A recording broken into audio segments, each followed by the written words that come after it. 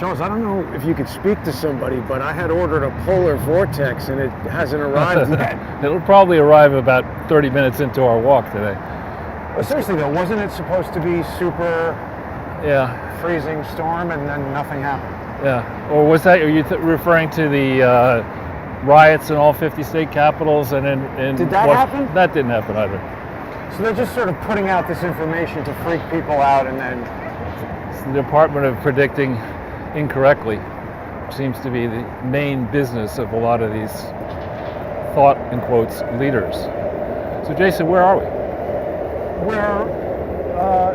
I guess we're in the West Village here. We're right outside the independent film channel movie theater that's been closed for a really long time. We're close to the that basketball court here that they... Yeah, this used to be a fun place to play when I was a kid. That is, since I'm never going to go there again, I can point out the McDonald's right over here. That last time it's right to your right there. Is it still open? Is it open? Huh. It's not. It's not open. Holy cow. Let's check this out. Wow. That's among one of the first times, I mean, wow. This is the second one we've seen, but in my entire life, this might be the third McDonald's I've ever seen closed. This is amazing. This explains why the last time I was here, I walked in to get coffee in the morning, and they said I had a sign up that said no coffee. At breakfast time, how do you have no coffee to sell? Because you're going out of business. When I was in college, I went into a McDonald's and they said they're out of hamburgers, and I was like, well, why the hell are you open? Did you maybe take a wrong turn on a trip and end up in Moscow? And then across the way we have the 7-Eleven. That's been thriving. There's a lot of 7-Elevens opening. And what they do in the summer is they were playing classical music out front to discourage, let's refer to them as petitioners rather than hobos or bums or panhandlers, to discourage them from congregating outside. Wait, sorry. We are live. Good. So let's keep, in the interest of not turning to ice, let's keep... Well, you know, one thing I want to mention to everybody, Charles, is that on the walk over here, there's just a lot more business closures. I know I'm sounding like a broken record, but right. You know that place, the Copper Still, is kind of close to my apartment. Yeah. They were early on building their outdoor thing and had Sure. a pretty thriving business in there, certainly during the summer, and then even up until recently. But I noticed that virtually every single restaurant on that block is closed now. I don't know if it's because it's just so cold that nobody's going there, or if they're actually closing once and for all. Because you lost hope and you got no money and you got debt. And That's just what I mean. I mean, if you're a business owner and you're kind of breaking your ass every day to slowly go out of business, there's going to come a time where you just decide to throw in the towel, right? Right, which is what's basically happening across the city. Now you see these are the stands for people who have items to sell, and it's so cold that I guess they've given up today. We have a fine, this is technically a nice part of the village in theory, but a whole bunch of junky tattoo, porn, smoke shops have come in here. Well, for as long as I've lived in the city, this has been the tattoo and smoke shop section of town. Well, my context of living in the city goes back a bit further. Yeah. We won't say how far back, but since the 90s, this is the go-to spot for bombs and tattoos. Right. But we're one day into a hellish nightmare that a lot of people never thought would occur. Well, and I was amazed, and people didn't recognize the theme song that was used for the inauguration when... Lady Gaga? No, when Biden came out at first, it was Hail to the Thief. Oh, right. Not Hail to the Chief. Oh, what a disingenuous speech that was, Charles, talking about facts and truth and unity and integrity. It's like, get that old man off the damn stage. That's right. Yeah, he's like the 80-odd-year-old. So wait a second, Charles. I didn't notice this, but across the street there, I mean, look at that. It's just straight up buildings in front of the... I mean, how is that outdoor? Wood building with windows. Shack, I was referred to. And then to your right, look at this gigantic store that's out. I mean... I don't remember what this was. I think it was, I actually don't remember what it was, but... it's like the systematic dismantling of the city. Right. And so I got an email from somebody who made a fair point that I didn't explain when I said I thought the market should go lower. I haven't explained yet why I think it hasn't gone lower. And let me start by saying that with Biden, we have a long track record where I believe it was the defense secretary under Obama, the initial one, I believe said that Biden's, if you examine his career and look at every major decision he's made in politics, bad. He distinguishes himself by always being incorrect/wrong. Now, Biden's career in politics goes back to the 70s. At a time, or even the 60s, at a time when we still were very much in a Cold War, loggerheads with the former Soviet Union and Communist China. And in that period, the United States really was the only big unified market in the world. Europe had not tried their experiment with the EU. India was flat on its ass. No BRICS. No BRICS, yeah. and so we then, this is a short summary of it, but we then, by 88 and 89, we fell for the unregulated globalism ploy, and we end up with Bush 1, then Clinton, then Bush 2, and Obama. Then we have the gigantic crash, 2007 to 2009. Now, there we have scrawled on this one, rents too high. I don't think that's the problem. Exactly. Not all for this these building. places are out, and not to interrupt the flow, but I have been seeing a lot of new businesses that are opening that are decidedly un-New York, using a huge amount of space for a business that normally would have taken a lot smaller space. Right, and look across the street here. I know Petland went out. That was there the last time I went by. And this Waverly restaurant used to be, it's interesting, it used to be really good, and then they spent money, they shut it down to redo it, and it was fundamentally, I thought, more or less the same, only with higher prices. Yeah. And then the pandemic hit, and look at that, that's a shack. Why would you come eat at a shack? It just doesn't make any sense. So getting back on why I think the Biden economy is already proving to be a disaster, if you had untapped borrowing capacities at government level, you could, in theory, borrow a lot of money to paper over the problems of a nation. But we don't have that much untapped borrowing capacity anymore, because all we've been doing since the internet bubble, really since Bill Clinton, this used to be Staples, by the way, another one that's out. All we've been doing is piling debt on our various state, local, and federal governments and running big deficits, whether it's at government level, personal level, corporate level, etc. So the level of debt that's out there that has to be paid off eventually is monstrous in relation to the ability of whether it's individuals, businesses, whoever's borrowed the money, to pay that money back. It's not as simple. People get into a rut where they say, okay, I can afford to buy this car loan because it's no interest or it's low interest, and you don't think through how much money you need to make to pay off the principal. The car, yeah. Right? Because so individual tax rates under Biden are certainly going up, and he said only the also. Huh?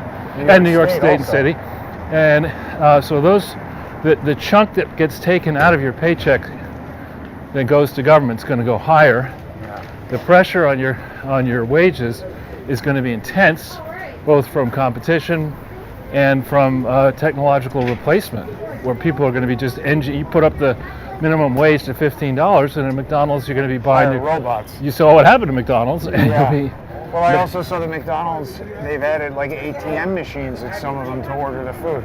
Really? I mean, yeah, that's absolutely true. Yeah. So when you look at that, you can look at this information for yourselves. You don't have to rely on me. You go check it out. It's on the NIPA tables, the National Income and Product Account tables of the Bureau of Economic Analysis, the Commerce Department. It's all online. You can go back to 1929, and you can look at how much is the amount of money that's generated by people working in businesses such as yours, sole proprietorship, and people on salary, on wages in the private sector. You can look at that total pool of money, pre-tax. You can also then figure out how much the government takes in taxes of that. And you can see that flow of money has been not climbing all that rapidly. And then you could look at the mountain of debt that's piled on our economy going back to 1945. That you get from the Federal Reserve's Z1 statistics, which are also online. And both of these are prepared consistently, these figures I'm talking about, they're prepared on a consistent basis with footnotes and explanations, and supposedly are very good estimates of the truth. Now, maybe they're wrong, but when I see a long time series set of information prepared in theory consistently, I'm interested in the trend. I'm not interested necessarily in one observation. If I see a trend that just shows debt going like this and income going like this, I know I'm going into a leveraged decapitation. It's not going to help. And so here, Biden is talking, or he campaigned, in quotes, to the extent he actually campaigned. In the basement, yeah. Right, on a basis where he said he's going to soak the rich. He's going to punish, the most productive, one of the most productive sectors of the economy, the energy sector. Punish that. Right, where we've just become the biggest producer of energy. Take that away. And I mean, his solution of lessening inequality is to take the best. Here we are in Shack Central. I actually like that restaurant, Jeans, but they're that's a whole. How can they? Well, my whole thing, Jason, in the winter when somebody suggests let's go out to dinner, I kind of like to eat inside. Right. Call me stupid, but anyway. So going back to why do I think Biden's going to crush the economy?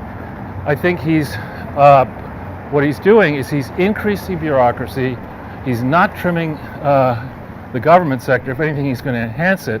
He's going to go back to an aggressive regulatory approach that's going to encourage capital flight and discourage risk-taking.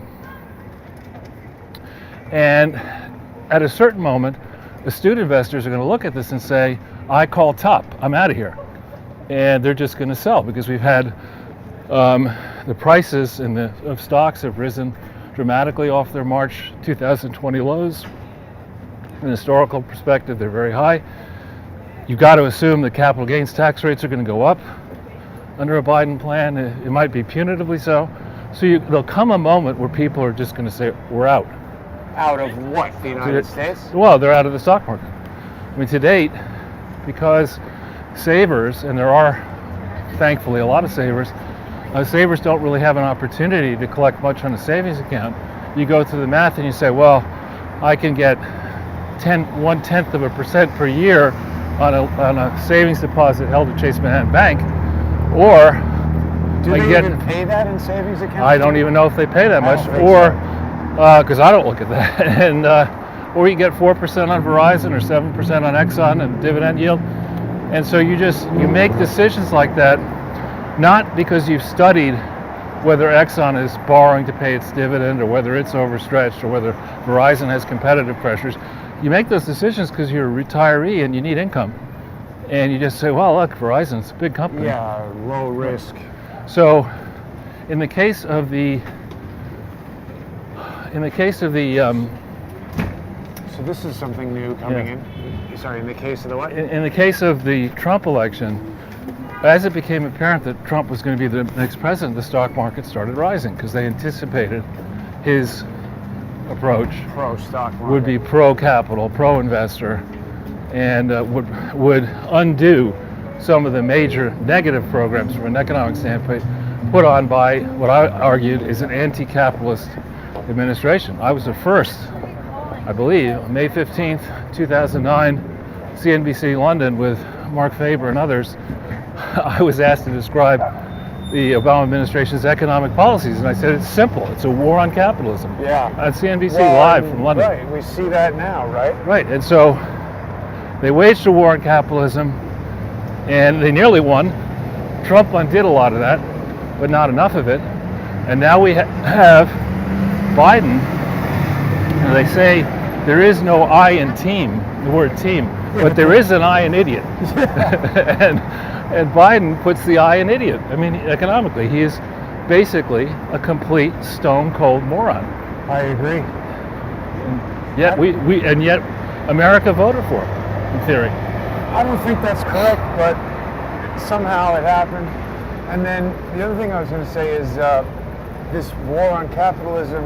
I think that Obama continued that even after he left. And what we're seeing now is there's a direct connection to Barack Obama. This is not an accident. Well, yeah, it's kind of ironic that a guy waging a war on capitalism would also be in the business of collecting mansions in Hawaii and Chicago and deals DC. with Netflix and book companies and whatnot. So now, Charles, this fancy-looking building has been constructed quite rapidly. Yeah. I mean, it's going to be apartments, obviously, I guess. Huge windows, like, Yeah. that seems kind of expensive for a city where most people are going out of business and leaving. Well, I think the way I've been told by people in the real estate business, the way some look at it, Sidewalk is closed, so we can walk walk through through the hole there. The way some look at it is if you own a property that's, let's say, a tear down, where it's vacant, and you can get a construction loan and feel confident you get a mortgage loan on the building, what you do is you tear it down, you put the cost of construction, including interest, into the first mortgage, and you hope that during the period of time that you go through this exercise, a year to 2 years or longer, that the market begins to come back, and you've then got some of the most modern space on the market, not antiquated old stuff. Right. And that could lead you to making very bad decisions. Well, it seems like there's a lot of that going on, though. Yeah. On TV, right? And like how you're sitting. Yeah. So we're walking steadily up 6th Avenue, northbound. This is the route I used to walk up to the library. It holds the distinction of being, or the benefit, I think, or attribute of being fundamentally flat. So unlike walking up Park Avenue or some of these other avenues where you have to go up a big hill, and then it's pretty easy on you, generally speaking. Yeah. What about these executive orders that Joe Biden signed where he's got a mask mandate? I was happy to see that it only applies to federal buildings, but I mean, that's almost like a shoe mandate when you're outside. I thought they already had that. Right. Well, again, he's starting with the executive orders. Sorry. And, like, actually not that story, but just being polite. Well, that guy wasn't looking where he was going. I know, that's why I'm not sorry. But there's some more stuff for sale. Yeah. He's starting with the stuff that's window dressing, and Bannon said this morning on War Room Pandemic, that's exactly what Trump did in the beginning. You do the executive orders that you can do. Make your base happy. But meanwhile, they're readying legislation that will be far more damaging and invasive, as always is the case. I mean, whether it's a Republican or a Democrat. What do you mean, making it illegal to be a white male, or just mean you're a terrorist because you are that? They're definitely going, I mean, that speech, you started to talk about the so-called inaugural speech. I mean, here's somebody who supposedly has a lot of gravitas and knows the way of Washington, and Chris Wallace of Fox described that speech as the best inauguration speech he's ever heard, and I guess including Kennedy, which is surprising, but anyway. That speech was so filled with platitudes, nostrums, meaningless statements, and it was delivered with a lack of energy and a lack of empathy that was really something to an empty auditorium, basically, an empty crowd. Empty crowd. Oh yeah, that's what I wanted to mention, and this is, you know, sort of obvious to anybody who's been looking. If you recall, when I went up to Times Square for New Year's Eve, which was definitely not any kind of political, you know, that would have been people from both sides who wanted to go to Times Square, and nobody was allowed in except for de Blasio and his wife and whoever else had a pro-pedophile mask on their face. But all the people who wanted to go to Times Square were jamming every street and every entry point that the police were blocking. So it's quite clear that a lot of people came to New York to celebrate New Year's Eve but weren't let in. Right. By contrast, yesterday, there was nobody jamming the entry points to try to get in and the police were turning away. It was myself, a bunch of other independent journalists. and nobody. There's like 1,000 people there. Right, and meanwhile, last night out in Seattle and Portland and Denver, Right. apparently the Antifa people were rioting, saying they don't want Biden, they want a revolution. Okay. Right. I'm not surprised to hear that, but I guess, does Joe Biden think Antifa is real now? I don't know. And then we had that traitor, John Brennan, Oh, talking about how he gave some interview, I think it was MSNBC or CNN, saying that we need to deal with all extremists. He came along with fascists, why don't we bigots, start with him? fascists, bigots, but then he said, comma, even libertarians. Careful. Those evil libertarians. Even. Yeah, I gotta watch out for the people riding electric unicycles on the sidewalk. That's perfect. Right. Charles, society has deteriorated here in New York. Yeah, New York City's come to resemble that bar in Star Wars, you know, with all the The strange Moss Eisley spaceport. It's the most, what does he say? I don't know. The most wretched hive of scum and villainy in the known universe. That's right, that's Manhattan. You know, people are going to be confused. Some people watching right now, Charles, that I'm back in New York because You I was are? in D.C. I think I am. I was in D.C. yesterday, and I believe everybody presumed it was the start of my road trip. But that was just a little one-off to visit Dumb Joe on his historic, you know, we can't even say what we think about this because it's considered, you know, what? I don't know, blasphemy or fake Right. news or something. I wanted to point something out, Charles, to you and to the viewers. When I posted yesterday's trip to the inauguration, first of all, it got broken into two pieces, unfortunately, on the Jason Goodman channel, so people can either go to Subscribestar or Patreon to watch the longer thing. They now tell you Joe Biden is the president of the United States. So I think if you make any video about Donald Trump, they're going to fact check it and say, forget about Donald Trump, Joe Biden's the president. I could say Donald Trump is a real estate developer, and they might tell us that. Yeah, it's pretty pathetic. But, you know, get used to it. There's some, and Zero Hedge reporting today that there's some dim-witted, which there are many, professor at Smith College in Northampton, who is saying that there's no way to reason with Republicans. They must be crushed. Oh, And that anybody who supported Trump should never be able to have a regular job again. that's nice. You know, just that's a real tolerant Right. approach to life. And again, coming from a woman who collects a salary working at a charity.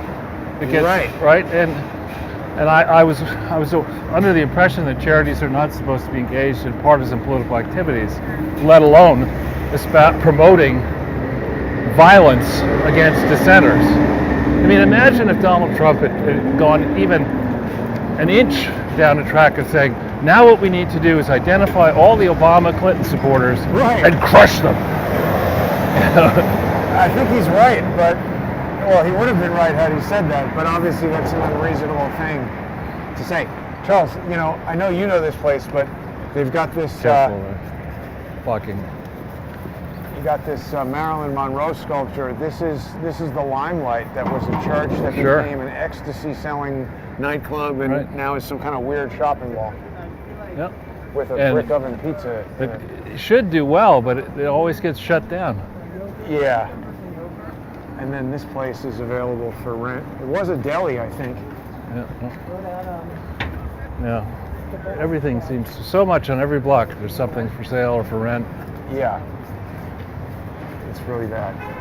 Now, I haven't heard too much from Cuomo. Oh yeah, on my walk over to see you, a viewer stopped me on the street, said hello, and wanted me to mention that Andrew Cuomo was in Jeffrey Epstein's Black Book as reported by Gawker in 2006 or 2008. I wouldn't doubt it.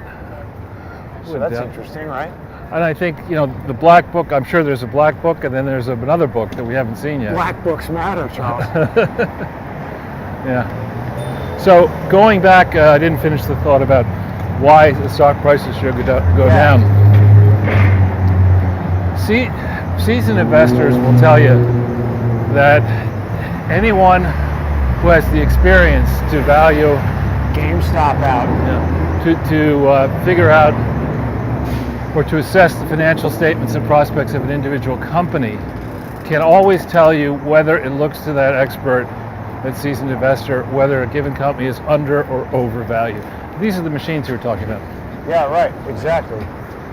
So you can just order your food from that. Because none of those machines turns around and takes the salary that it earns and spends a portion of it on buying clothes and food or whatever, rippling through the economy. So this hollowing out of the economy by the bureaucrats, here's another story, hollowing out the economy by the bureaucrats, crushing private sector activity, can work, in quotes, so long as you can borrow money to cover over your problems. And so long as no lender says you don't have to pay that money back. Oh, sorry, no lender says you have to pay the money back. So, careful. Those guys seem potentially... They're eating Chick-fil-A. I was going to say, Chick-fil-A has taken over... this was Olive Garden. Yeah, Olive Garden wasn't bad, actually. I don't for like kids. Olive Garden. No, when you kids and skiing, that's great. But so any veteran investor could look and say this market looks, or this company, or this debt security looks overvalued or undervalued. You may not be right all the time, but you could definitely decide that something looks under or overvalued. And I could say, as somebody following this since 1978 or maybe even earlier, because I was interested in high school and this stuff, the market, the stock market, clearly appears to be overvalued, if not stretched to levels, naturally taught levels.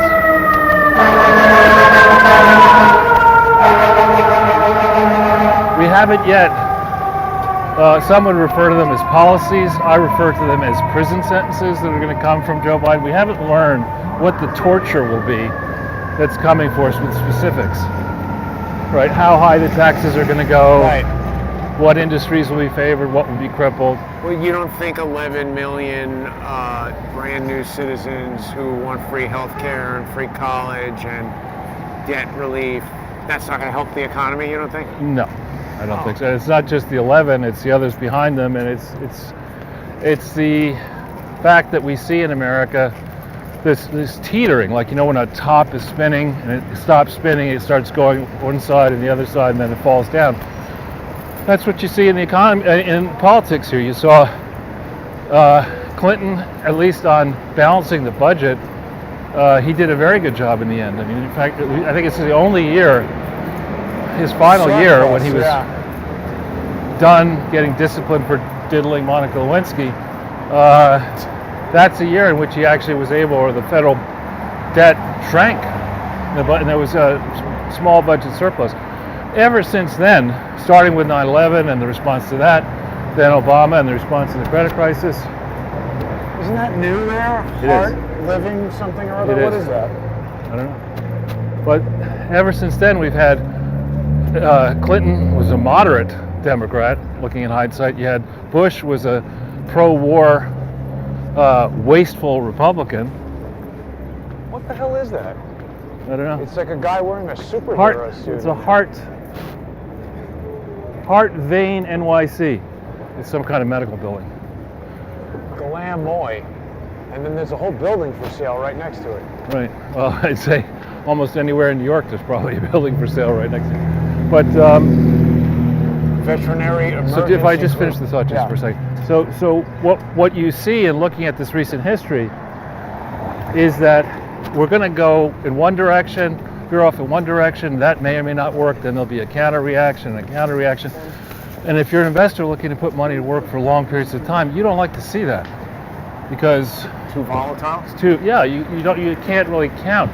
If you're going to put up an office building that your family wants to own for 60 years, you don't want to put it up in a place where it's going to be shut down. And, So yeah, people are saying like, oh, you know, you're going to rent your apartment and whatnot. I don't really feel safe doing that, because someone will decide to not pay the rent, and it's tough to evict them. And then you can't evict them. There'll be a moratorium on eviction, and I'll be paying for somebody else to live in my apartment. So I'm still trying to sort out what I'm going to do with that. Perhaps I don't want to go into too much detail, but someone in my family might take it over. But there is a moratorium on eviction in New York. That's what I mean. So renting it, right? If you're relying on renting your one thing, to make money to do something else, you just got screwed. Joe Right. Biden's up there talking like, oh, we're going to give you relief on this and that. I know people around the country who are small business people who buy properties to rent them, and when you start making it favorable to the renter and not favorable to the landlord, there's somebody on the end of that deal getting screwed. Exactly. And last time I checked, I mean, the idiot in chief has not distinguished himself economically other than somehow managing Stealing money. Huh? Stealing money, he's distinguished himself economically. Having never really worked in the private sector officially, maybe being at the behest of the private sector when he was in government, the man has how many mansions? Yeah, I know. And how many expensive cars? And whichever. I don't know what that is. Oh, blueberry hazard. Charles, has anybody ever answered the question of, everybody was upset that Trump only paid $750 in taxes, but no one ever asked Joe Biden what the hell he did to make so much money that he had to pay $3 million. He had speaking fees and. But really, I mean, don't you have to make like $6, $7, $8 million bucks to pay $3 million in taxes? Yeah. He didn't make that much from speaking. Yes, he fees. did. I think that should have restarted. I took special precaution when I set this up, so that if we lost the thing, we could reconnect. Let me just make sure it worked. Yeah. Hopefully we didn't lose our viewers there. We should be back to live. All these technical, tricky things, Charles. I think we're back. Big buffer, somebody said, but I think we're back. Yeah, refresh good. There we go. So the Biden Penn Institute, or the Penn Biden Institute, they literally installed him as a doofus in residence at Penn, and to do some hair sniffing. Penn, the college? Penn University of Pennsylvania, and that institute was run by who? Sean Penn. Tony Blinken, the guy's going to be Secretary of State. Who can. Now we have the business. Wait a minute. I don't think I realized. With somebody who's aspiring to become president of the United States is a way for foreign interests to turn around and send money to somebody who might eventually become president, who can return the money favors many times over. Right. And on that subject, actually, there's a very interesting piece that I think you have links to in Just the News by John Solomon, who in that piece links one of the first examples, I think it's the second example, of what may be information declassified just recently by Trump on the way out the door. Now, the timing is pretty good here because we're getting close to the office building. Our timing. I thought you meant Trump's timing in releasing. No. Our time. We're getting close to the place where, in theory, the Clinton Foundation had a bank account with Bank of America up here on like 33rd Street, or maybe 32nd. Was it 33rd? 33rd, yeah. Yeah, and we've established that that is not a normal bank office, and there was no Clinton Foundation office near that location. It was instead a mile or so further away. Well, we're on our way to walk to a new office that we just found out about today that Hillary Clinton maintained on 45th Street, off of 6th Avenue. It's a lot of offices they had. Which is a warning sign for fraud, actually. I agree. When you have a business or charity or an operation in an expensive city, you would want to have as few offices as possible. You wouldn't want to have a lot of different offices. Moving is expensive? Well, I think the reason they did it this way is you have Hillary Clinton and Bill Clinton and Chelsea Clinton's grifting operation. That you can't have, go to the grifting department on 9th floor. Tell them how much you want to grift. And we'll tell you what kind of special bonus treat you get at the end of the meeting. So you have, if you're going to go discuss how to grift, you go to one place. If you're going to pretend that you're involved with charity, you go to the charity office. If you're going to pretend that you care about the political campaign, you go to the campaign office. So we've already been to the office down on Wall Street. 77. In 17 we did that. And accountants, they're actually warning signs for fraud. They have a more formal title for that memo, but accountants write memos on what are signs you should look for if you're worried that somebody may be engaged in fraud, and this is one of them. So anyway, the memo that's attached to John Solomon's article is internal FBI communications, including emails back and forth to Comey, talking about a new investigation that until this morning I didn't know about. Wow. That the FBI had opened an investigation by the 25th of November 2014 into a foreign government, and it's unclear which one it is. I suspect it's because it says the blah, blah, blah, in the sentence the, and then it has name blanked out and it says foreign government. Why do they give you that? I've never seen a redacted document that gives you those kind of clues before. I don't know.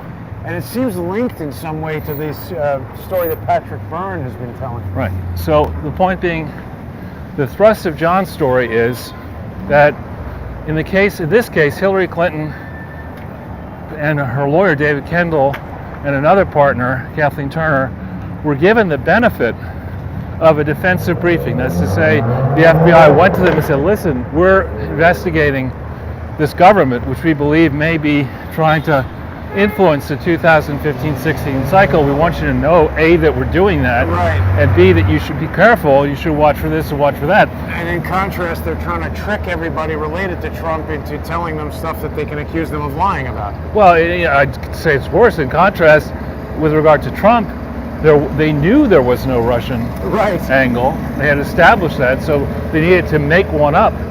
And they used FBI contractors and spies and whatever to implicate Trump falsely in his people. Well, they're still at it. Did you see?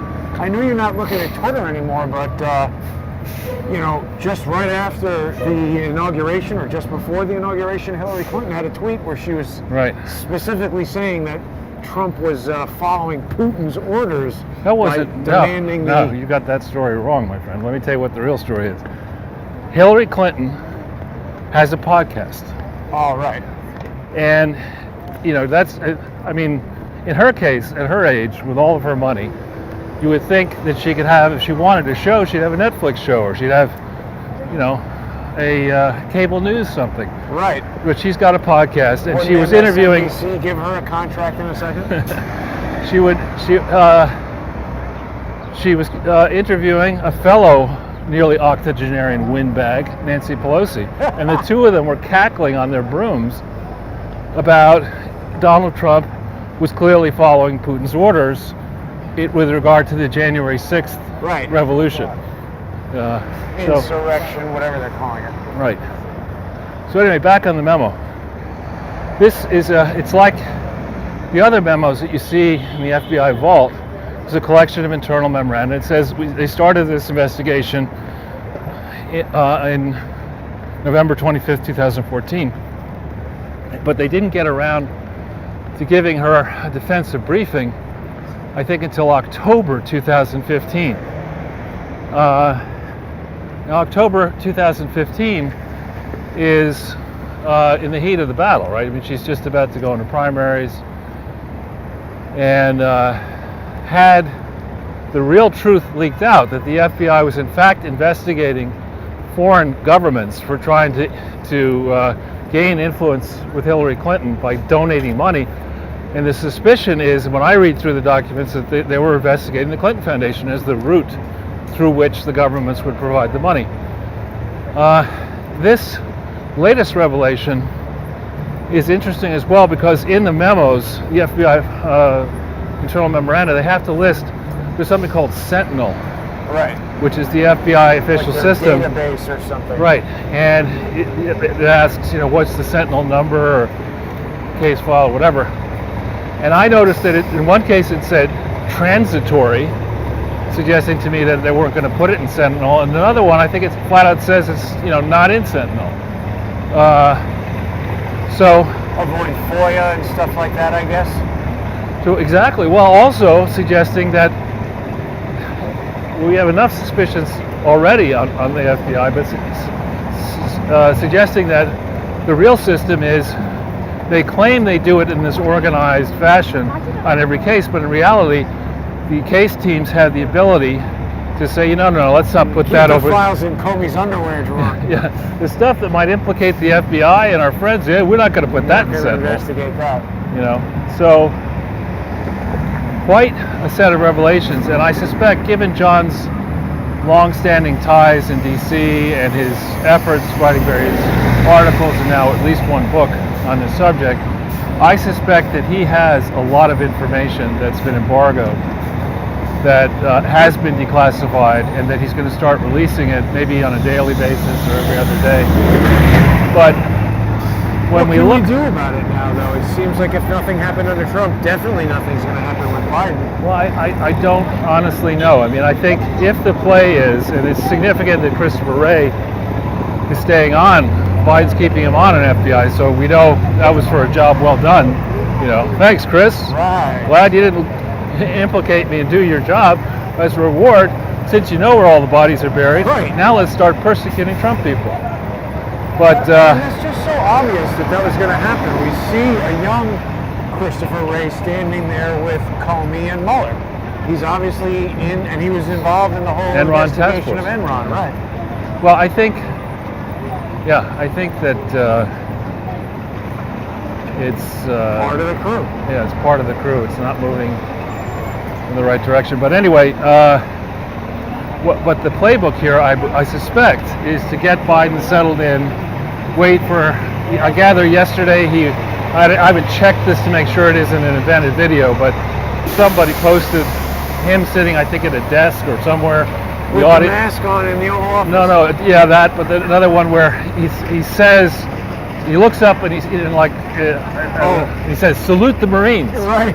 And he doesn't salute the Marines, and the speculation is that he got the message in his earpiece and that he was supposed to say that, he thought. And no, Joe, you're supposed to actually salute. That is so funny. And, the stress, look. You were like, next card. And look, I mean, we're all hopefully going to age, and as you age, things that were easy for you to do years past become harder to do, and I have sympathy for this aging buffoon, but Charles, not to be ageist, but just like you can't be under 35 and run for president, why is there not a maximum age? I mean, if you were hiring an executive and the guy was 80, wouldn't that be a consideration? It really depends. It can't be actually, but legally. But I think it just really depends. In this case, though, it's not his age. It's not just simply his age. It's that he can't string a sentence together. In that inauguration, in quotes, speech, it seemed to me that he started out with a certain amount of vim and vigor, and by the middle of it, it was kind of like, "Can you give me another shot, Coach? Another shot of adrenaline?" He had a few gaffes for sure. Yeah, he said rural and urban or something. Yeah, urban and rural. And then he also had to kind of repeat something and improvise it a little bit. I noticed. Yeah, and he's a totally uninspiring and disingenuous speech. And did you notice that Kamala Harris said in her swearing in, she said something like that she promised to preserve and defend the Constitution from all enemies, foreign and domestic, and Biden didn't say that. He didn't? I didn't. I may have misheard, but I didn't hear him say it. I'm surprised she didn't raise her right hand and say, "I promise that." I better not even say this on YouTube or they'll throw me off. But she's got plans for Joe Biden, I think. That's right. But I think that is the playbook now. That their goal is to have him be in for a dignified short period. I read that Kamala and her husband couldn't move into the vice presidential residence because it needs repairs. Yeah, I heard that too. And I wonder what repairs. What was Mike Pence doing in there that they need to repair? Yeah, I don't know.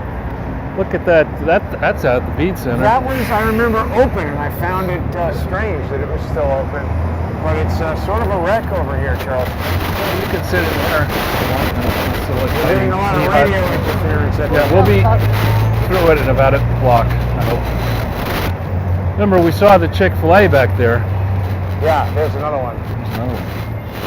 And also Krispy Kreme. Wow, they're really stocked up with donuts right now. I'm surprised there's not a line.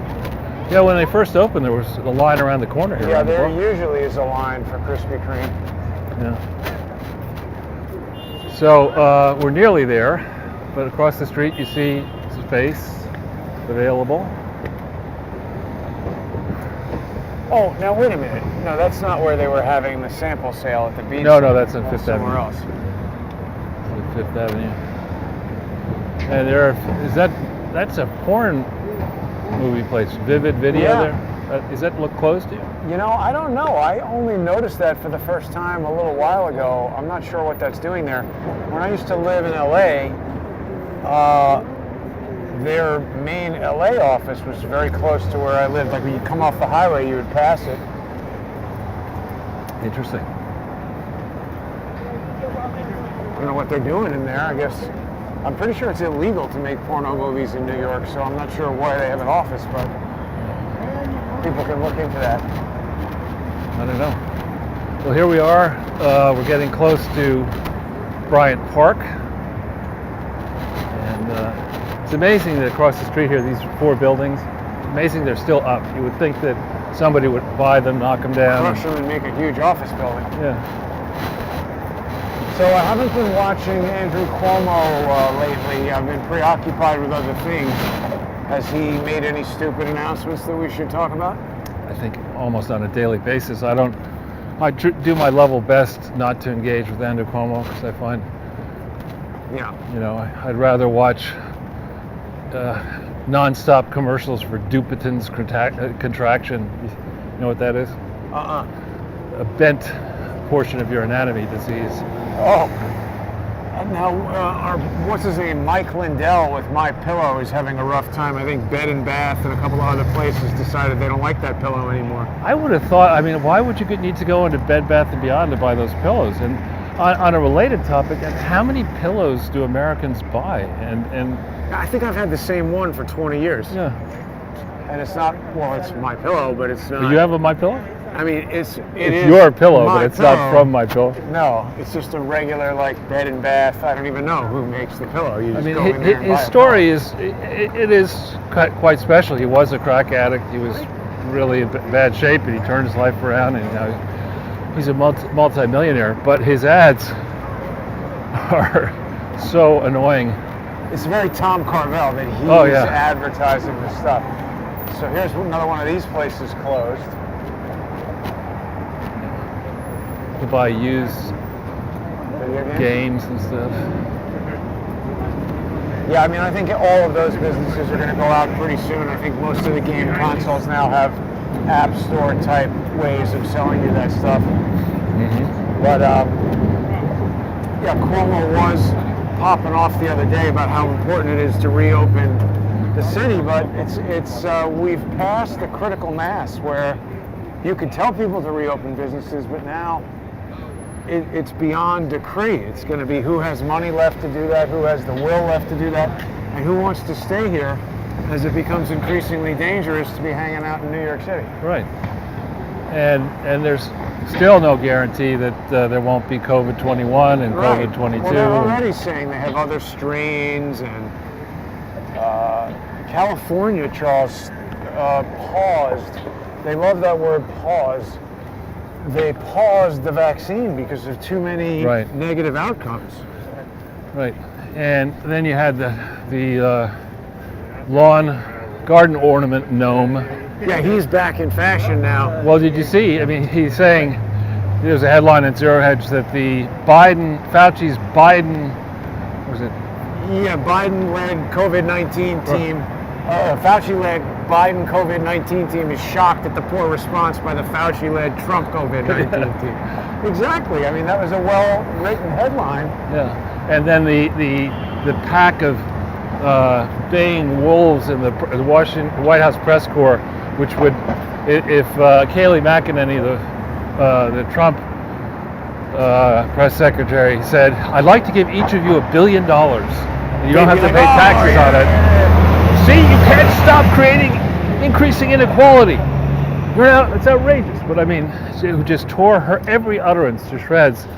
The toughest questions they could come up with yesterday was, Jen Psaki, what's your favorite ice cream? And can we get a pair of, I'm making this up obviously, can we get a pair of Converse sneakers like Kamala Harris's? It was. Yeah, I saw something saying about how her fashion is now the new power suit or whatever.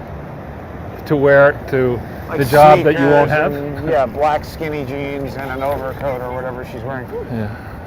Well, it's just again, I see this kind of stuff best looking at contrasts. You take the same function, which is a press corps supposedly asking questions, holding an administration to account. You see what they did when they want to be vicious, what they can do, and then when they want to just say, oh yeah, Barack Obama doesn't want to give a press conference for months, no problem. He walks on water. He's got better things to do. We couldn't possibly. I remember Wolf Blitzer.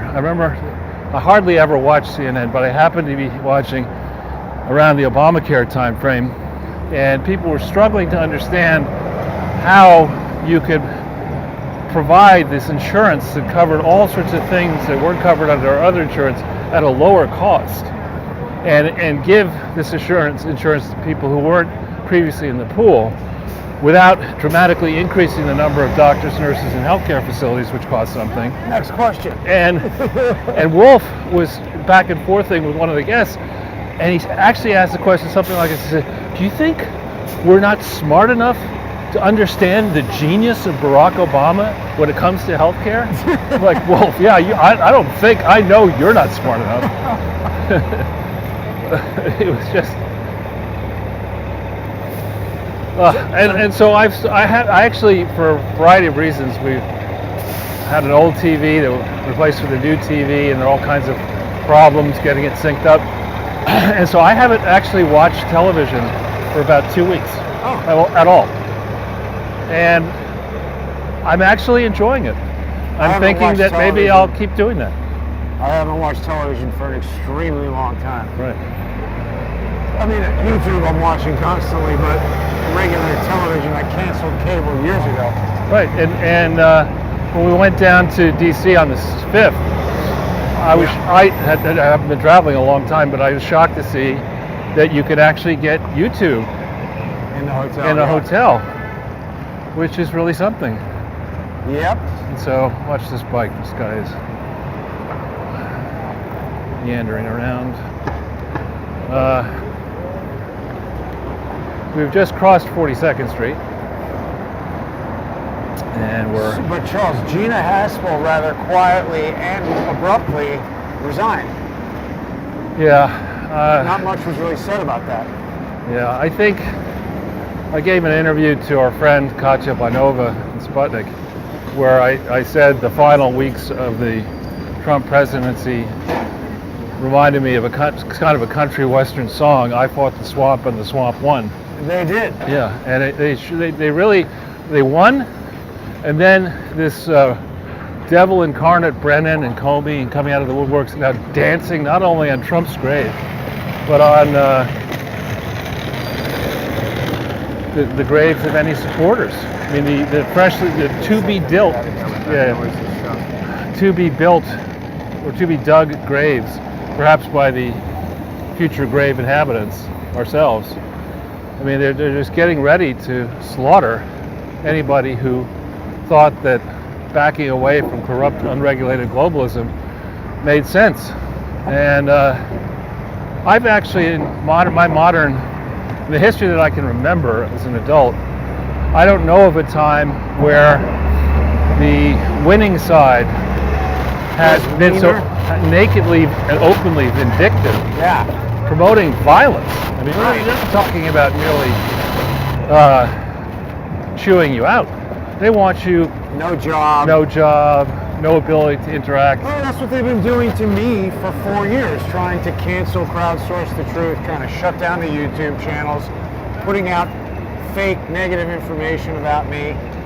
Yeah. It's really interesting, Charles. You know, when I look back, there's a lot of people who started watching Crowdsource the Truth after the pandemic, and then, you know, there's been certain key events that have attracted people, the Vegas shooting, etc. Right. People who have been watching since the beginning in 2016 or early 2017 might recall this Port of Charleston incident, right, where information was brought to me by George Webb, and he went to great lengths to convince me that it was true, create a whole ruckus. There were people on the live stream agitating in the chat saying, oh, call the Coast Guard, you know. very similar in concept to what was going on at the Capitol building. Right. They create a big event that is, obviously not good, and then they blame it on someone who was an unwitting participant who knew nothing about it, and they try to make it seem like, in my case, like it was my fault, and in the case of the Capitol building, they blame it on Trump. Right, yeah, I forgot about that. But it's the same tactic, they make these fake hoax events and blame it on whoever they're trying to blame it on. It's fake news, Jason. Certainly push it out. Even now, George's brother is still, he's got a book that he wrote about it filled with fake crap. He's got lawsuits that he's talking about it.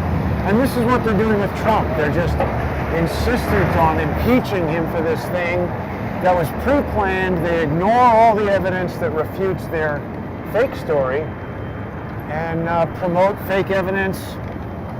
It's just so frustrating, Charles. They do not play straight. Well, and going back to Biden's speech, when he got up there and he said there are 400,000 Americans dead from COVID, it's not true. Right, because they just found out, this is what I wanted to tell you along those lines. There's, what's her name, Cahill? There's an Irish scientist who did an interview with James Corbett.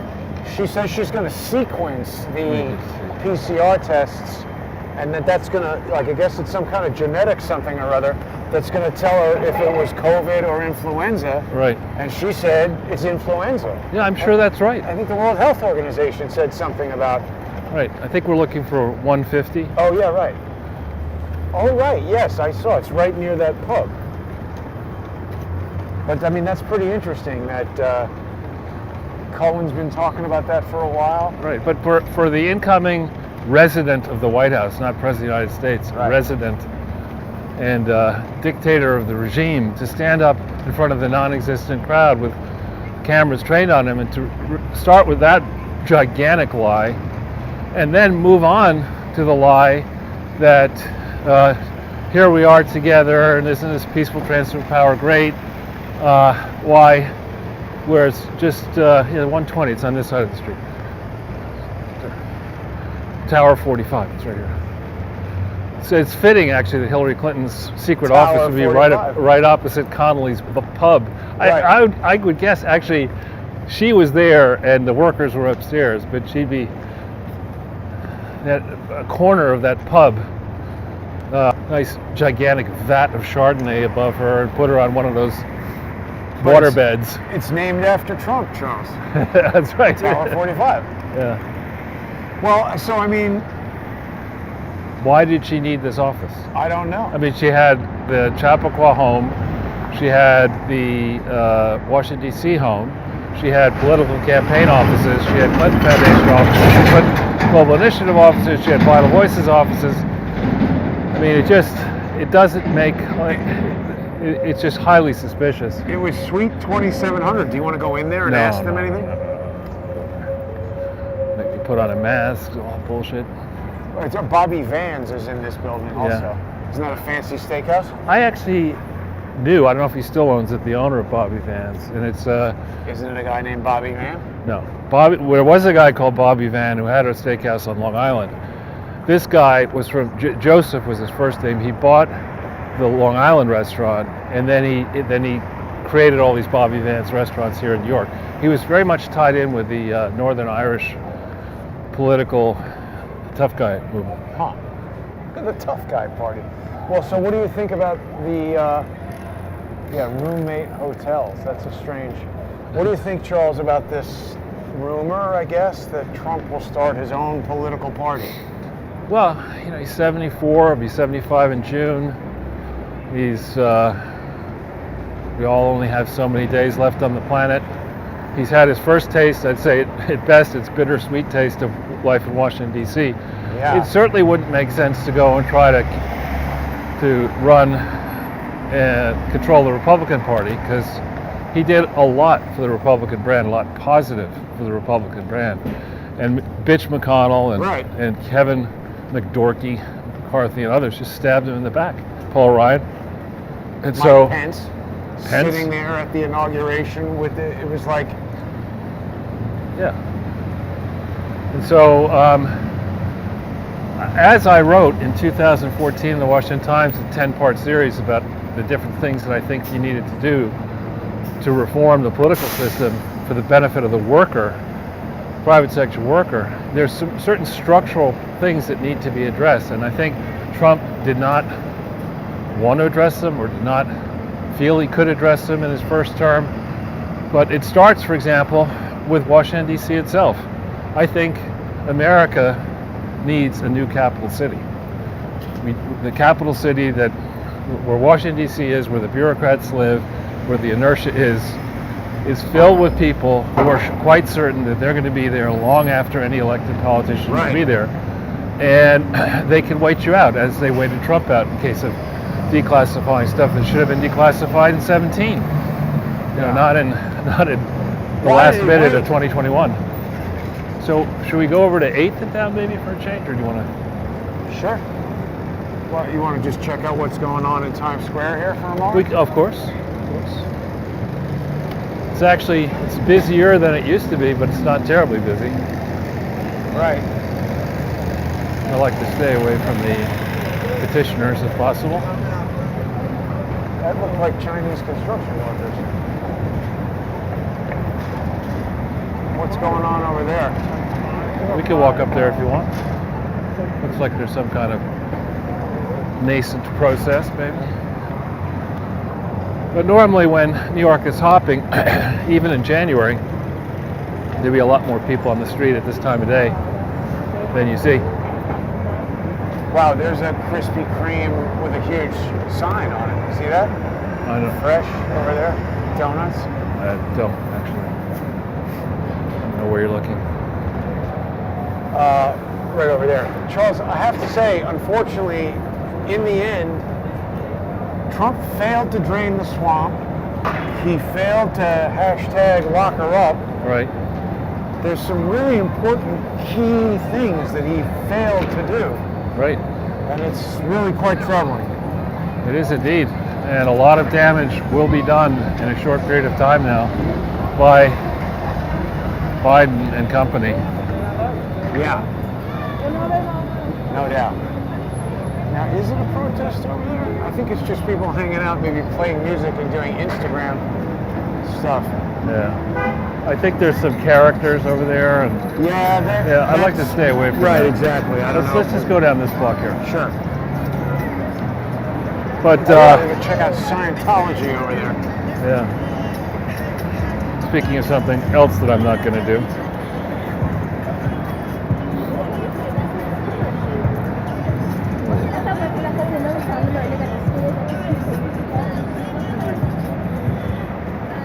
Interesting.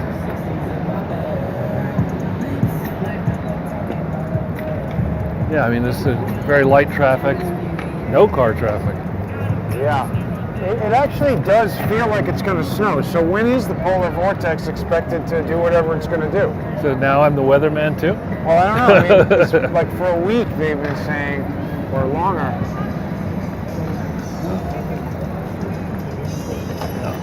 Got the Hulk there saying hello, Charles. There's no interest. Cops over there. Oh yeah, cops hanging out with the Avengers. What's that about? Well, there's a bunch of there's signs over there. Those guys over there, you see? Look, they're making friends with Captain America. These cops are just wasting time. There are a bunch of. I think there maybe will be a protest right here. See all these cop cars? Yeah. Let's stay away from the protest. Sorry. Yeah, Scientology. You want to? I can leave you off there, Jason, if you need to go to your regular meeting. There's still no sign of when Broadway is going to reopen, huh? I think March is the earliest. Counterterrorism. Now, Charles, what about this proposed domestic terrorism bill? A lot of people that think is it's so scary. Patriot Act 2.0, and that's another thing that had a lot of language that was very reminiscent of what was being said about me when that Port of Charleston incident happened. Remember, George's brother spent a lot of time sending letters to senators and law enforcement all around the country trying to say that I had done something that I didn't do, that podcasts shouldn't be allowed to report the news because they're not responsible. We need qualified news broadcasts. And Yeah, I mean, like the people who work at CNN, those type of people. well, I mean, obviously what they were trying to do was to introduce this idea that the concept of just anyone reporting the news is dangerous, and that I mean, it should isn't be that what censored. happens? Isn't that what happens on CNN? Anyone reports Well, the that's news. what I mean. I mean, CNN, their reporter was with this guy, John Sullivan, Right. who there's a lot of evidence, including testimony from his own brother to the FBI, saying that Sullivan was the leader of this riot. Right. But there's been nothing about that. I haven't heard Nancy Pelosi or anybody in Congress who's calling to impeach Trump talk about that. And I mean, again, along the lines of them relying on lies and suppressing any actual evidence, if and when they do get to this trial impeaching Trump, will any of that John Sullivan evidence be introduced? Probably not. See, as we speak, they should be debating in the Senate whether or not there's going to be a Trump trial. Wow, that's the Paramount Hotel there? That used to be a hot place. And it looks pretty dead to me. Yeah, this is the Paramount Hotel across the street, completely dead. In the early 90s, that was a hot hotel with a great bar. And Well, I mean, obviously it's catering to people who come to New York to go to Broadway shows, and they're all closed. what makes you say that, Jason? How can you tell? You know, it's funny, Charles, in Hollywood around the Scientology thing, there was always a lot of events and things happening. I mean, you never really, I guess I don't hang out here very much, but I didn't hear too much about Scientology in New York City. Yeah. Well, here you are. We're almost to 8th Avenue. I guess we'll hang a Louis on 8th. Go downtown. Yeah, sure. Thor Equities has a lot of space available. They do. They were the operation that suggested that I should be interested in investing in their funds, because the great thing about owning real estate in this location is that you lose money for quite a few years until you make money. Oh, that does sound good. And that's like that was a sales pitch that just made me say, you know, this is fantastic. I tell you what, can you bring me a few forms for the Clinton Foundation while you're at it too? You know, do I get to do that as well? Well, so Charles, a lot of people have historically complained about the title of this show. Why? Well, because they say you're not actually closing in. And now that Trump has failed to drain the swamp, what do you think? Can we continue to close in? Yes, or? we can. Yeah, because Charles Ortel is walking around doesn't sound like a very impressive show. Yeah. Well, the facts remain that the Clinton Foundation and many charities like it were organized as public charities that are not allowed to engage in political activities, partisan political activities, or to enrich the operators of the charities, and that each of these entities has to file information, and that if you don't file information, there's no statute of limitations in cases where you haven't filed. So there are prosecutions to be had. I will grant you that we don't seem to have a will to prosecute anyone other than Republicans or Trump supporters. But when you look at a map of America, 80% plus of the counties are red. Thanks, we get the point. Well, the guy's going through a red light, honking like a maniac. Yeah, in a kidnap van. But so it is certainly possible that, as Joe Biden suggests, we're in the midst of dark days ahead, and that they have a 100-day plan to bury the opposition. It's certainly possible. Opposition meaning us. Exactly. And people who watch this show, and people who believe, as I think many do, that the 2020 November presidential election was indeed stolen. I think you got to be careful about saying that. They're going to remove things from YouTube for that. Yeah, well, again, I think that may be, and we'll have an interruption and we'll find a new YouTube, because I didn't sign on to the program that says I give up my right to free speech. My rights to free speech, because some eggheads in Google or elsewhere have decided that those rights don't apply if I want to use their platform. So I think there has to be a reckoning, but I do grant you that the other side has the upper hand right now, and they have shown that they're ruthless. Hang on a second. Yeah. You want to go to the Shake Shack? No.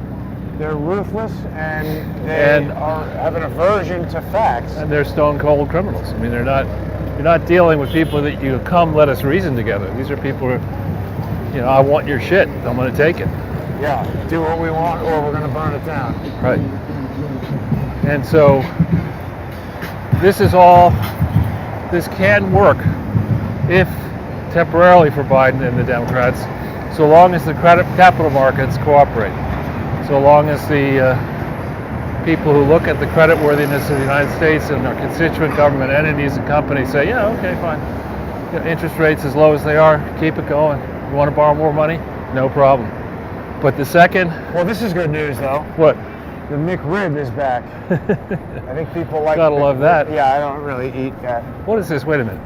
The playpen, ladies welcome, male section now open. I think it's like a strip club. Yeah, it's not doing so well. Yeah. And, here's awful cold, and here's... Yeah, it's getting much colder for sure. Poor guy out there panhandling. So now we're very close to Port Authority, which is... one of the scummiest places in the whole city. Yeah, and that's after a big upgrade. Right. It used to have like a half an inch of urine on Could you the be a floor bit more... throughout What about the vomit? Didn't they mix in vomit? I never noticed vomit, but there was like... when I was in college, the first time I went in there, I just was shocked. I mean, it's truly disgusting. And all of these shifty-looking people trying to befriend people who are runaways coming in by bus into Port Authority and take them direct to the massage parlors. Yeah, for people who don't know, Port Authority is the bus terminal here in the city.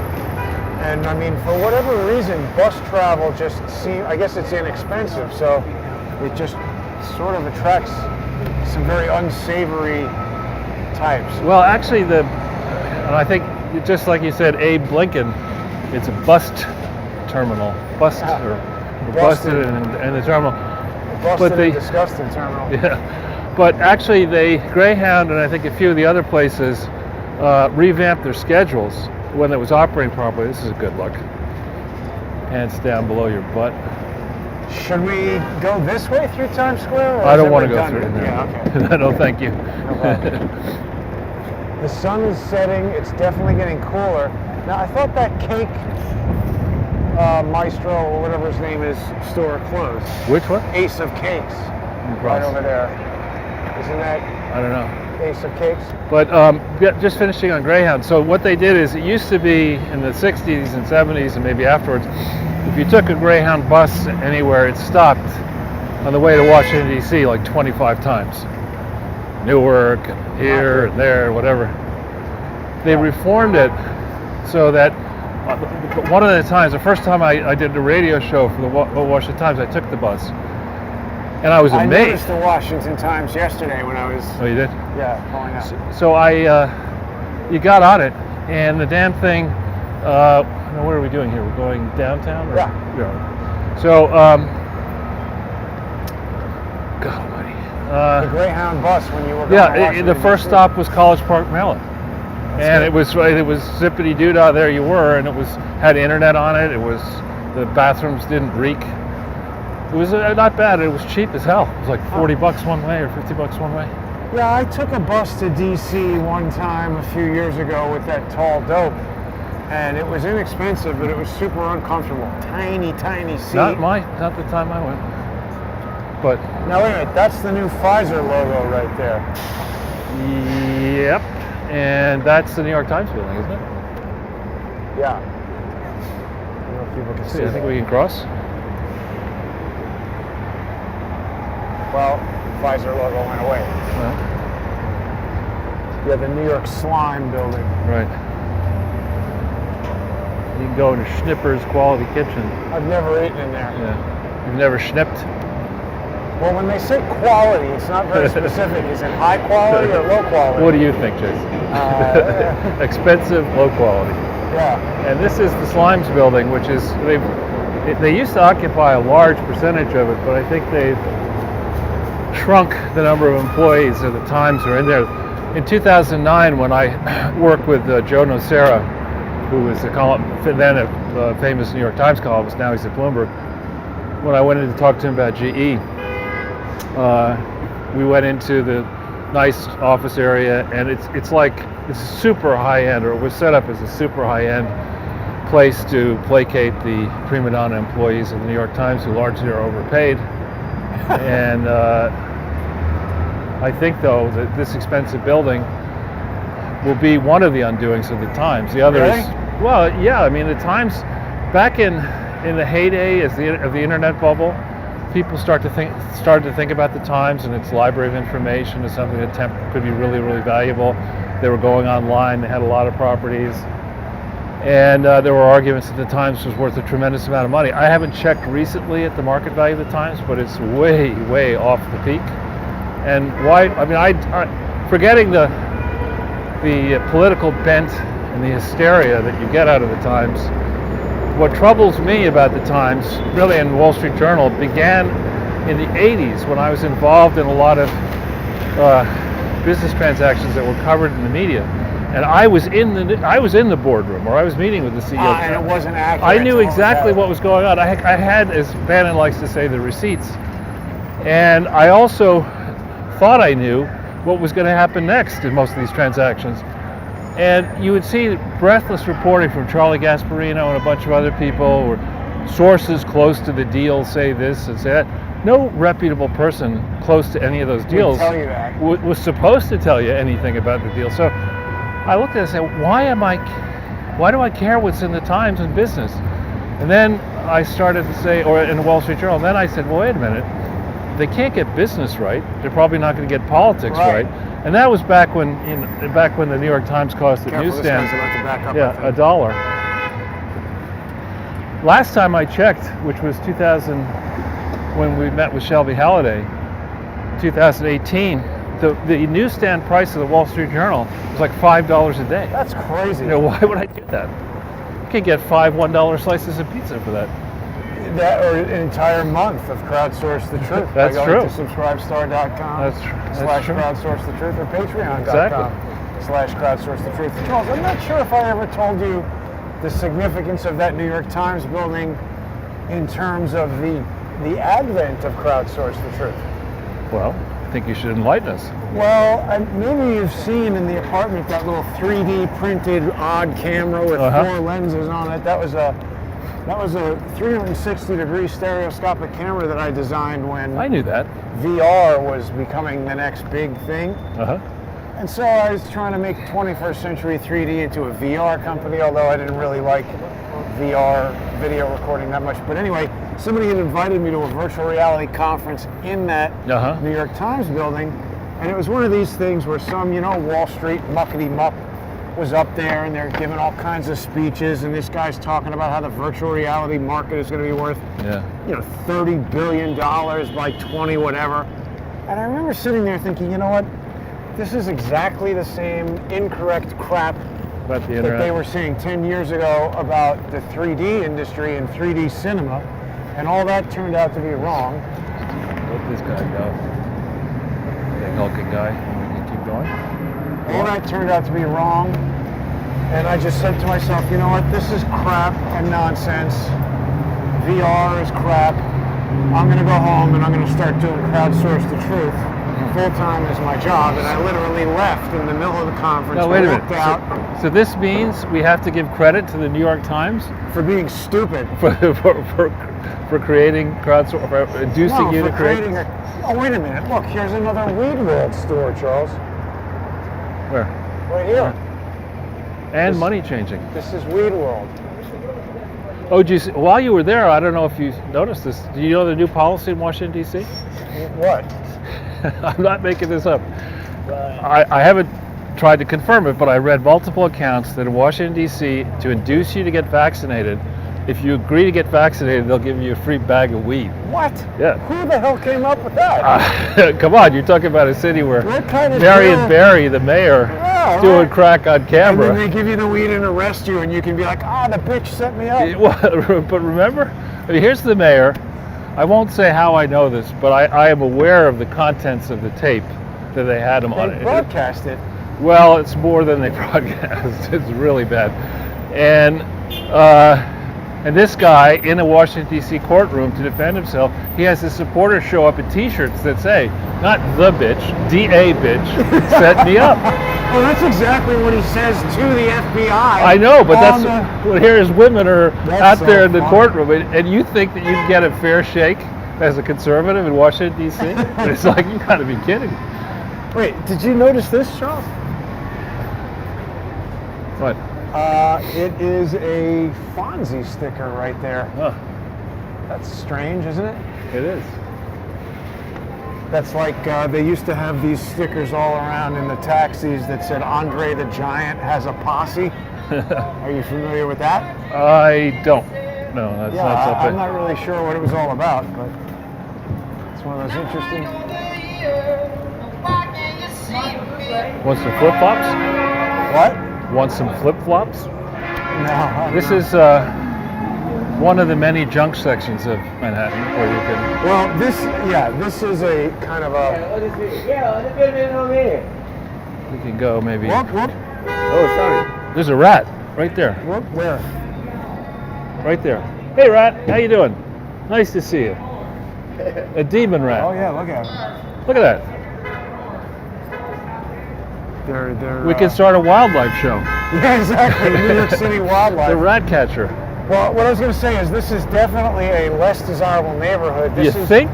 Well, this is where the 21st Century 3 office used to be, because after September 11th, You didn't want to be downtown. the business was hanging by a thread, and I had to get out of our expensive office, and I got a much less expensive office over here. And then this neighborhood actually improved during the, I guess we were in there about 14 years. Wow. Yeah. And then expanded to LA. And the rest is history. Well, I was going to say got a little overextended, and then when 3D collapsed, that was it. Well, you think we should risk going over to 7th Avenue and down, or do you want to stay? It'll disconnect the broadcast, I think. Let's go down 8th at least a little past Penn Station. Right, okay. Oh, you know what we could do, if you want, Charles? We could enter the new Moynihan Without a mask? part of... Oh, right, I didn't bring a mask. So I guess we can't do that. Joe Biden. Some people... Oh, yeah, I wanted to address this as well. There were some people watching or commenting on yesterday's broadcast. Some people like to make comments on videos without actually watching the video. Right. But so you're like, oh, why are you wearing a Biden hat? But I was doing that obviously to blend in. Yeah, I didn't want to get recognized and beaten up. Here's this tennis place, Charles. Oh, wow. This is the worst idea I've seen. Why? Just too expensive, right? No, you don't want to teach people how to play tennis on other than a normal-sized court, because you get into very bad habits. Oh, it's smaller than a regular tennis court. But I don't know if this place actually cares about teaching anybody about tennis. It's just a front for selling weed to little kids. Wait, Weed World Clinics? What kind of clinic? Are they doing tennis clinics? No. What is that all about? Weed World Candies. I wonder who's behind this thing. Well, I mean, don't you, Charles, if you had young kids and there was a weed candy truck right outside, wouldn't you object to that? I would, actually. Yeah. And here's the Taco Bell. You see, this is a lot of stations where people who might have made $15 per hour are yeah, they have the ATMs as well. Yeah.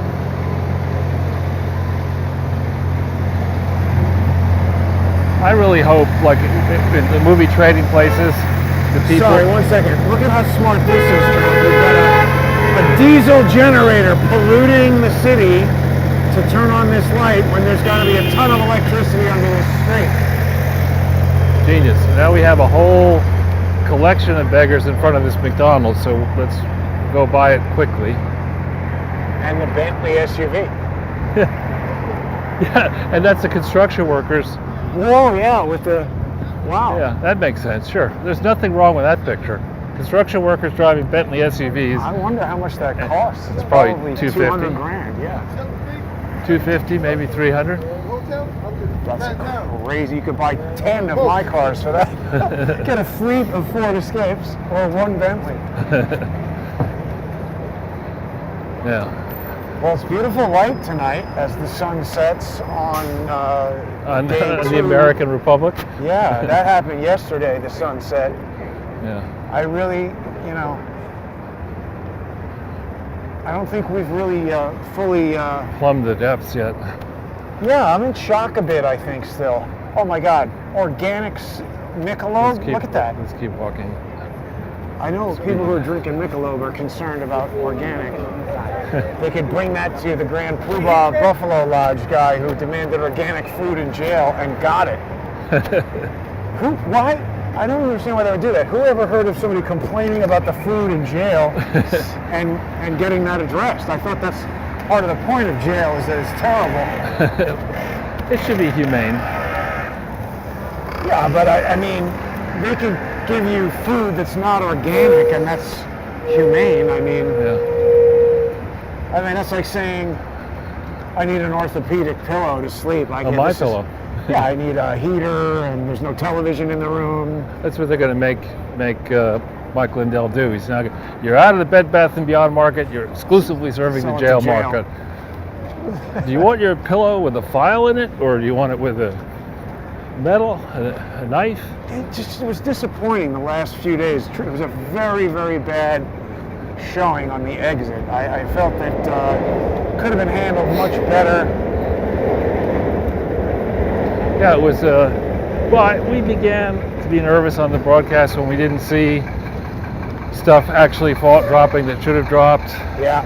We saw. I mean, Donald Trump aptly characterized Jeb Bush as being low energy, and in the final days of his first term, maybe his only term, he was definitely low energy. The guy who was out there tweeting all the time and egging people on. Something happened.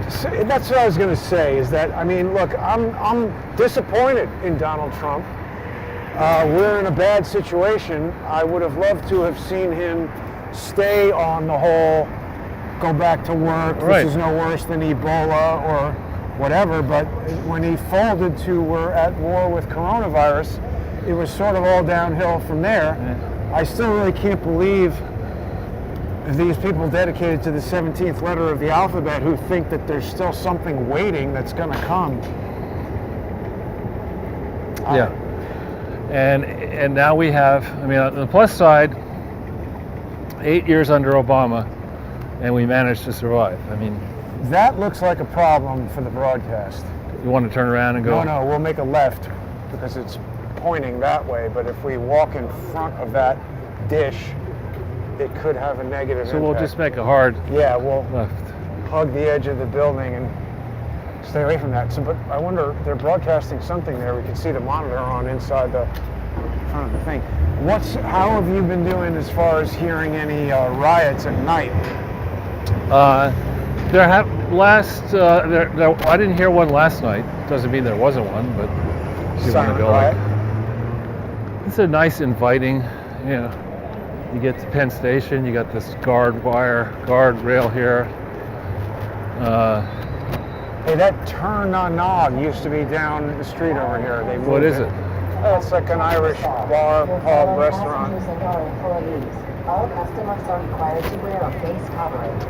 So Amtrak is now located in the Moynihan Train Hall. I didn't know that they moved the whole Amtrak in there. Yeah, but you would think, again, if you had city planners who were worth a shit, you'd say, all right, look, when people get off a train or a bus or an airport, a plane, their first touch of New York City should be welcoming. Right. You should feel like, oh, this is really special. Let's put all the homeless people and maniacs in. Exactly. Drug addicts, beggars, deranged people. We'll have no decent hotels nearby, no welcoming, no mall, then we'll have federales, state troopers, Amtrak police. Oh wow, yeah, look at that. You don't often see the state trooper cars here. Actually, you do. Well, I've seen it, we just did a move with this that I didn't know you could do. That's a tricked out vehicle. Yes, it is. Let's see, how do I get it back now? I don't know. There we go. No, maybe not. What did I do? I don't know, Jason. I got it totally turned around here. There you go. I don't know. Something screwed up happened. Maybe the thing got affected by the wheat shop. I don't know what happened. There we go. We're back. Sort of. Now we're back. Okay, good. The other thing I saw that Joe Biden is planning on doing, which is another one of these things that I thought had already happened, mask mandate for traveling on public transportation. And then I also saw something that United Airlines, I think, had the biggest loss since 2005 maybe, or something really bad, and they're warning about, I mean, like a stockholder warning about, Well, of course. it's not going to be pretty. Of course. I mean, you can't. There's it's long ago that I did this work, but the airline industry is as simple as any other supply and demand-based industry. If you put a whole bunch of supply out there, that is to say what are called available seat miles, planes, you figure out how many seats can hold passengers and what's the cargo capacity, whatever, you figure all that stuff out. You model it out for the whole industry, and if you have a sudden increase in capacity, you're going to have a sudden drop in prices and possibly in revenues, in aggregate revenues, and an increase in losses. And that's if you're at the margin.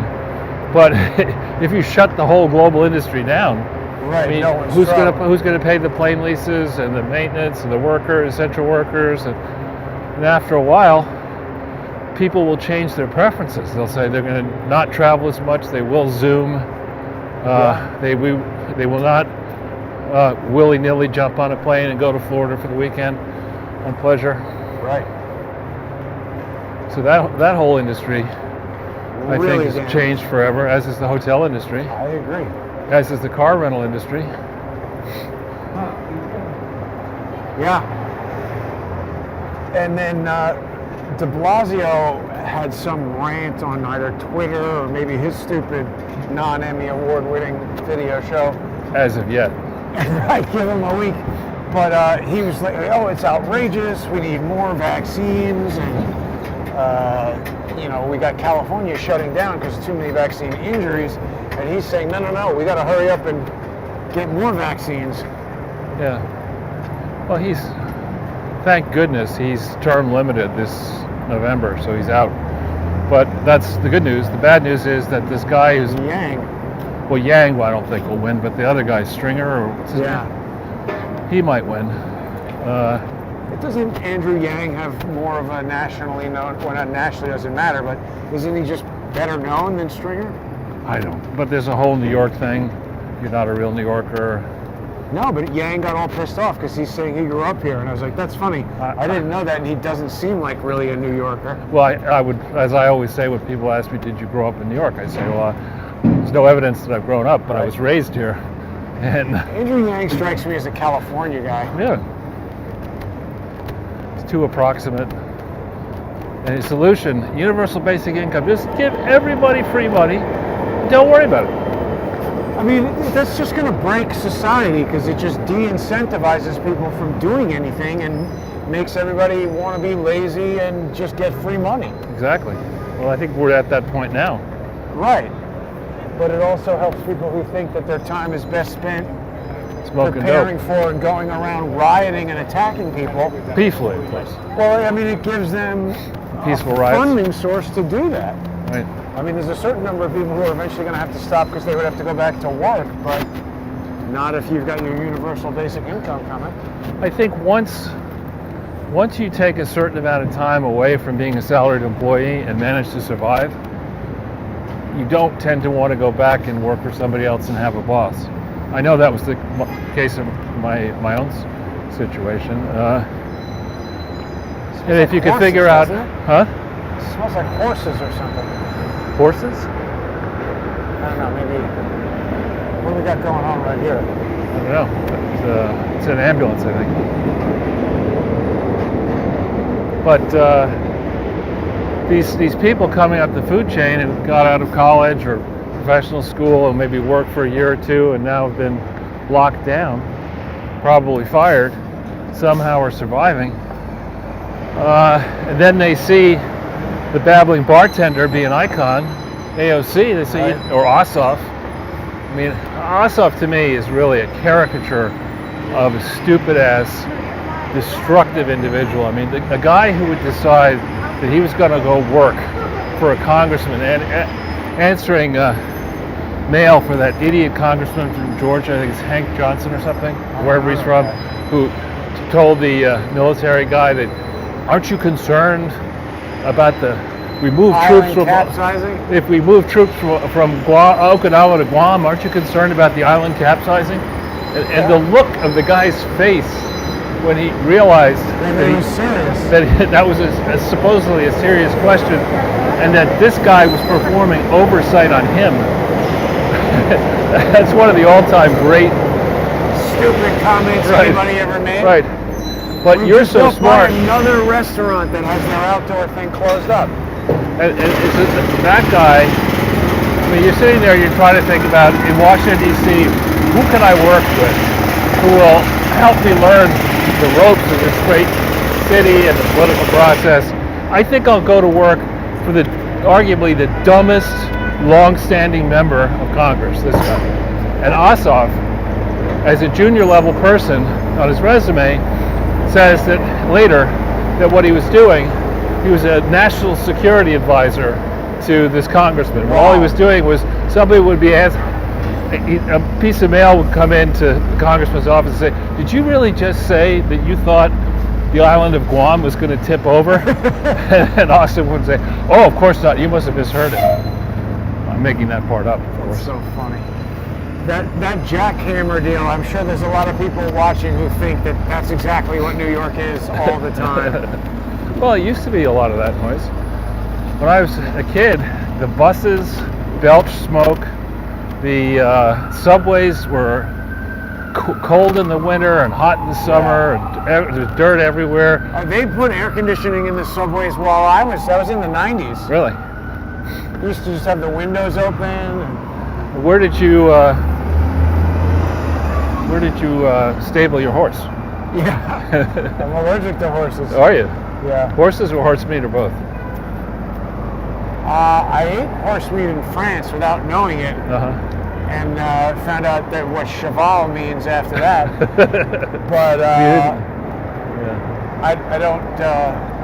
I'm allergic to standing next to them. The hair, I guess, makes me sneeze. So you're not going to be on the Olympic equestrian team? No. That's all right. Well, Charles, we're getting very close to the end of today's show. It is really quite cold now. Well, and dark. Well, the art department outdid itself, of course, with the poster. Oh yes, we forgot to discuss that. Thank you. This is a very excellent Hitchcock film, Vertigo, but now we got VertiJoe with his little Chinese logo there in the upper left, and him in his default, looking stupid.